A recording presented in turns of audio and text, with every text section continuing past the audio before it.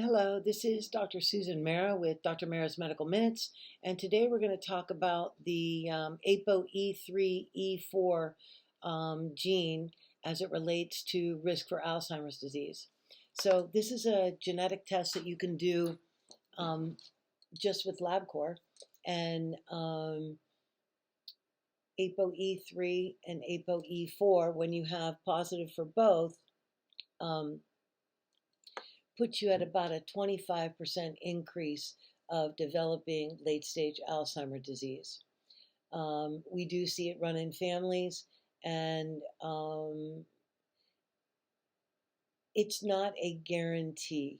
In other words, when you have these genes, you're not guaranteed to get Alzheimer's disease. However, it does put you at a much greater risk. And one of the best things that you can do is eat an anti-inflammatory diet and get enough sleep and drink uh, plenty of electrolytes like coconut water and try and avoid sugars. When you go to the dentist, don't get any mercury fillings. Just be really mindful of what goes into your body, because Alzheimer's disease always affects your brain and your ability to process information. And if you lose the ability to process information, you lose the ability to navigate the world. And especially now in these times when the world's just gone bananas, with AI, with the Iraqi war, and just life. It's really important to be able to keep your mental faculties so that you can navigate the difficulties that come your way, which invariably everybody has difficulties. And so having a sharp mind to handle them is really important. So you want to eat a Mediterranean diet, low inflammatory diet. You want to kind of stay away from red meat. You want to largely focus on fish, vegetables, some light carbs, nuts, seeds, berries, and apples.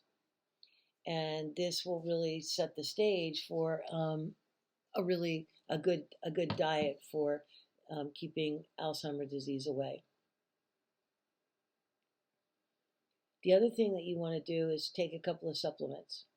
One is probiotics, another one is a multivitamin with mins, and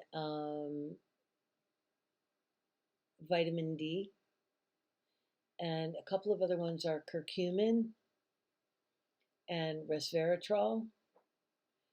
And another one is lion's mane, which is a type of mushroom which is very nutritive to the brain. And so if you just take those, you'll really be supporting the brain. The other things that you can do are CDP choline and fish oil. CDP choline and fish oil are known to be very nutritive to the brain as well.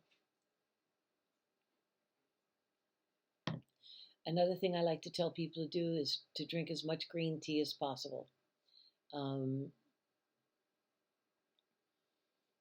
These are the things that I would recommend. If you do find out that you have a risk of Alzheimer's disease, this would be some of the first things that I would tell you to do. So I hope you found this information helpful, and I hope you have a wonderful day. Take care.